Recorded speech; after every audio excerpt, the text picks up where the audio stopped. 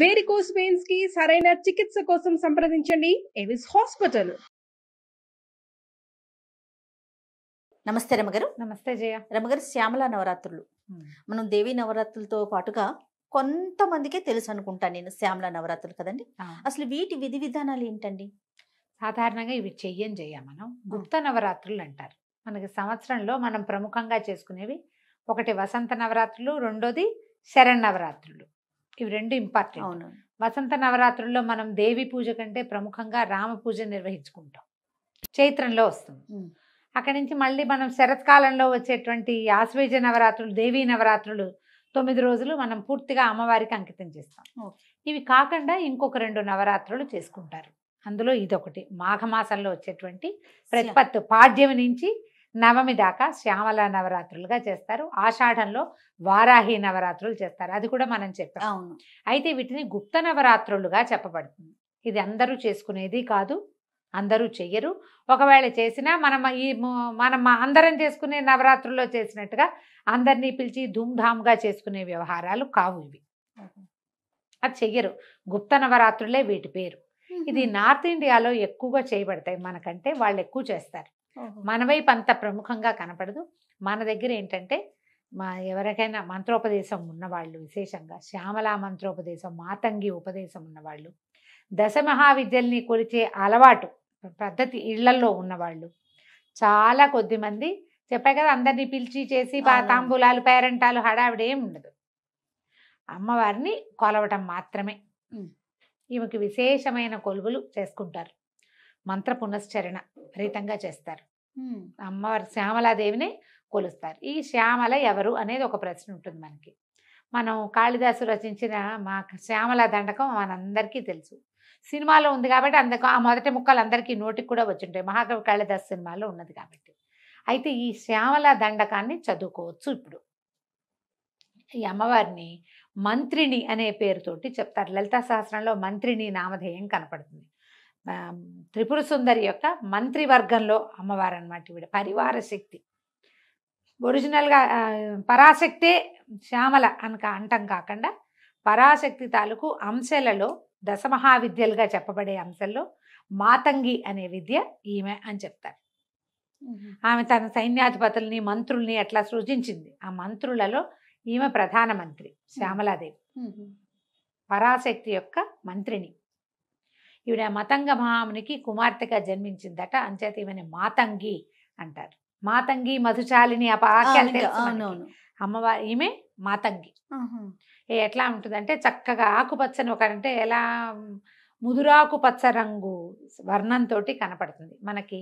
శ్యామల స్వరూపం అనగానే ఎర్రని వస్త్రము ఆకుపచ్చగా కనపడుతుంది. అంటే నలుపులోకి చేరికగా ఉన్న ముదురాకు పచ్చ రంగు వర్ణ ఛాయ, వీణ వాయిస్తూ ప్రత్యేకమైన స్వరూపంలో ఇట్లా ఉజ్వలంగా ఉన్న ముఖము ఎంత బాగుంటుందో అసలు ఆ పిక్చర్ ఊహిస్తేనే బాగుంటుంది.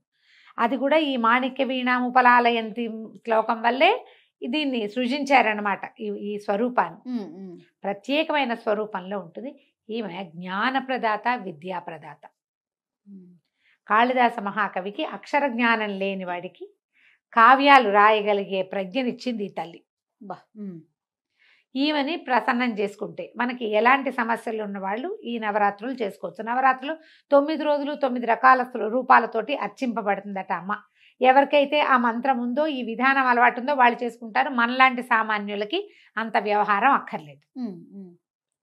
పిల్లలకి చదువులు రాకపోయినా, చదువుల్లో సగమయ్యి మిగిలిన సగము ఎప్పటికీ కాకపోయినా, ఏ సమస్య వల్ల ఆగిపోతే, ఏ సమస్య వల్ల ఇది ఆగిందో తెలియని వ్యాపార సమస్యలు, ఇలాంటివే ఏ రకంగానూ జ్ఞానం సంపాదించుకోలేని సమస్యలు, ఎలా సాల్వ్ అవుతుందో అర్థం కాని ప్రాబ్లమ్స్, ఏదైనా అద్భుతమైన సలహా కావాలి, అది మనకి ఎక్కడి నుంచి రాదు.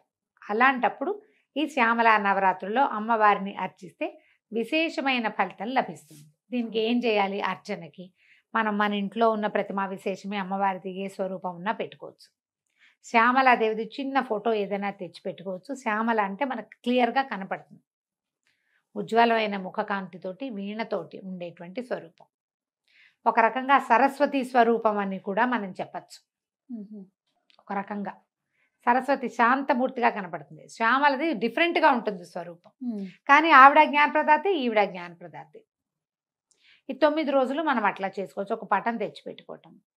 శ్యామలకి మనకి అష్టోత్తరాలు అవి దొరుకుతాయి, ఓకే, కనపడుతున్నాయి. తర్వాత అదని చదువుకోవటం. రాజశ్యామల, రాజమాతంగి, ఈ పేర్లు వింటున్నాం. ఇప్పుడు ఇది వరకు లేవు జయ. ఇప్పుడు బాగా రాజశ్యామల హోమాలు అవి బాగా విశేషంగా ఎక్కడా పని అవ్వదు, పిల్లల చదువులు పని అయిపోతుంది. అలాంటప్పుడు ఈ రాజశ్యామల హోమం చేసుకోవచ్చు. రోజు మీరు చక్కగా శ్యామల దండకం చదువుకోండి. ఓకే. ఈమెకి ముదురు ఆకుపచ్చ రంగు ఇష్టం. ఆకుపచ్చని వస్త్రం ధరించండి. ఒకరోజు చేసుకుంటాం, ఒక్కరోజే చేస్తాం. పోని నవమి నాడు చేసుకోండి, అష్టమి నాడు చేసుకోండి. 9 రోజుల్లో ఒక రోజైనా చేసుకోవచ్చు. 9 రోజులు మీరు శ్యామల దండకం చదువుకుంటే అధికసి అధికం ఫలం. ఆకుపచ్చని పండు నివేదన పెడితే మంచిది. ఓహో. జామకాయలు, నారింజకాయలు, ఇప్పుడు కమలాలు కూడా ఆకుపచ్చ రంగులో వస్తాయి. రేగుపళ్ళు, ఆకుపచ్చటి రేగుపళ్ళు వస్తాయి. అలాంటివి నివేదన చేస్తే చాలా మంచిది, మంచి విశేషమైన ఫలితం లభిస్తుంది. నారింజలు చాలా ప్రీతి అని చెప్తారు. నార్త్ ఇండియాలో నారింజకాయలు వెతుక్కుంటారట ఈ రోజుకి. ఈ 10 రోజుల్లో వాళ్ళు ఏం చేస్తారంటే చండీ పారాయణ చేసే అలవాటు కొన్ని చోట్ల కనపడుతుంది మనకి. చండీ పారాయణం అంటే చండీ దుర్గా సప్తశతి అని చెప్తాం కదా, చండీ, అది పారాయణ చేయటం, చదువుకుంటూ వెళ్ళటం. అది ఎట్లా అంటే అసలు ఆపకుండా చదువుతారు.